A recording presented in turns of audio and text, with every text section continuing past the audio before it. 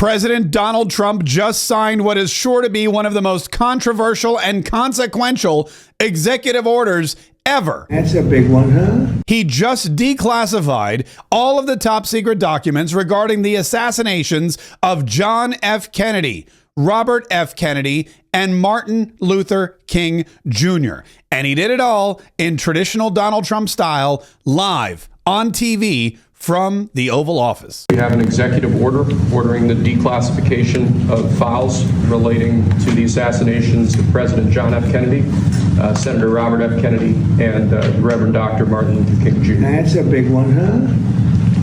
A lot of people are waiting for this for years, for decades.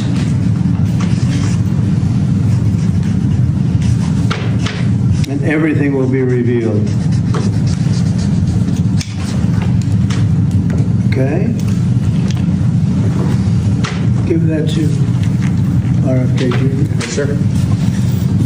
By the way, I have no idea who that assistant is that keeps handing Donald Trump these executive orders, but that guy has a front row seat to history being made. The declassification of these documents has been something that people have been wanting for 60 years. RFK, JFK, Martin Luther King Jr., these are three of the most talked about events in our history. And of course, because of the secrecy behind all of the documents, behind all of the investigations, all of the conspiracy theories that have popped up have been able to just continue to bubble for the last 60 some odd years because the information has not been there.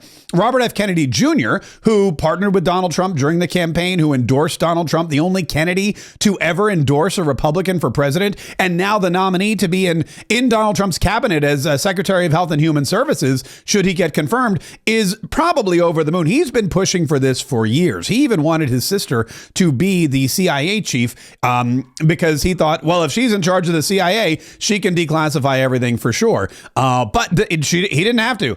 She didn't have to be. Donald Trump is in charge and he's doing everything that he promised to do. And that includes declassifying these documents. And if you notice right at the end there, he took the pen and said, give this to RFK as a souvenir, as a memento. Now, when you look at the order itself, it has all the information directly on the whitehouse.gov website. Presidential actions, declassification of records concerning the assassinations of President John F. Kennedy, Senator Robert F. Kennedy, and the Reverend Dr. Martin Luther King. Executive order, January 23rd, 2025. By the authority vested in me as president by the Constitution and the laws of the United States of America, it is hereby ordered as follows. Section 1, policy and purpose. More than 50 years after the assassinations of President John F. Kennedy, Senator Robert F. Kennedy, and the Reverend Dr. Martin Luther King Jr., the federal government has not released to the public all of its records related to those events. Their families and the American people deserve transparency and truth. It is in the national interest to finally release all records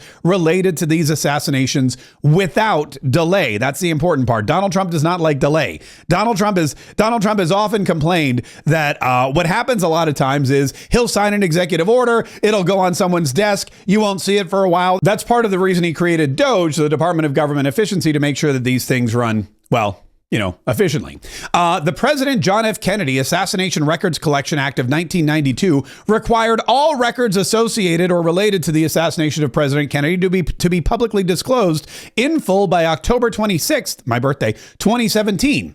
Unless the president certifies that continued postponement is made necessary by an identifiable harm to the military defense, intelligence operations, law enforcement, yada, yada. Basically, what happened was there's already a law in the books that said these things had to be declassified back in 2017, unless it was to some national importance. And a lot of these spies and CIA operatives convinced the presidents, including Donald Trump, that, yeah, maybe we shouldn't declassify those because there will definitely be some consequences. I previously accepted proposed redactions from executive departments and agencies in 2017 and 2018, but ordered the continued reevaluation of those remaining redactions. And he goes through all of that. I have now determined that the continued redaction and withholding of information from records pertaining to the assassination of President John F. Kennedy is not consistent with the public interest, and the release of these records is long overdue. And although no act of Congress directs the release of information pertaining to the assassinations of Senator Robert F. Kennedy and the Reverend Dr. Martin Luther King Jr., I have determined that the release of all records in the federal government's possession pertaining to each of those assassinations is also in the public interest. Now, a lot of people are speculating that Donald Trump, after being the victim or the potential victim of an assassination himself, after being shot at in Butler, Pennsylvania, had a new idea, he had this new awakening. A lot of the conspiracy theories and a lot of what Robert F. Kennedy Jr. has been telling him are the CIA is behind this. The CIA was involved in my uncle's murder. The CIA was involved in the assassination of President Kennedy back in 1963. And these records may or may not show that. They may disprove that. They may prove it. Who knows? No one's seen them, or at least we, the public, haven't seen them, but we will very soon. And a lot of folks speculate that after Donald Trump was the attempted target of an assassination, that he changed his mind and thought all of these records need to be public.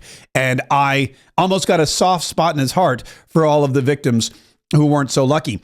Within 45 days of the date of this order, the Director of National Intelligence, who will be Tulsi Gabbard, should she get confirmed, and the Attorney General, who will be Pam Bondi, should she get confirmed, shall, in coordination with the Assistant to the President for National Security Affairs, which is Mike Waltz, and the Counsel to the President, review records related to the assassinations of these people and present a plan to the President for the full and complete release of these records. So Donald Trump has had enough. Donald Trump has had enough secrecy. He made a promise that he would release these records. He made a promise to RFK. He made a promise to the American public. And now they have 45 days. Tulsi Gabbard, should she become the DNI, Mike Waltz, because he's the NSA, and Attorney General Pam Bondi, we believe, have 45 days to get together and decide on a plan of action, bring it to the president so that he can fully resolve and reflect his promise to provide unredacted documents that could, the magnitude of this is incredible. There have been fewer events in the history of this country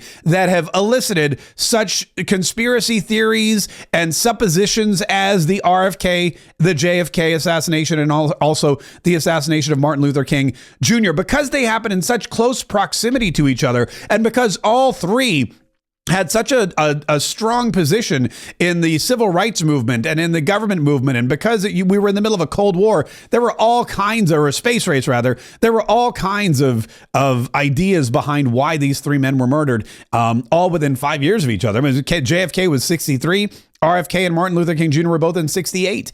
And now maybe we'll finally get an inkling of the truth. Now, a lot of folks have said these documents are 60 years old. They've been redacted and marked through and touched so much. They were probably termites have eaten them. They may not even be legible.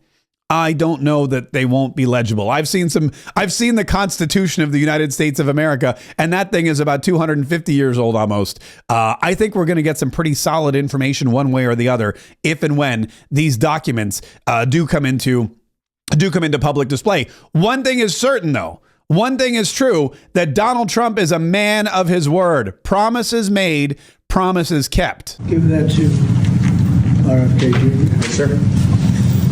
And giving the pen to RFK Jr., who's been working diligently for decades to try to get these records unsealed so that he'll have some closure and his family will have some closure as to what happened to his uncle and his father.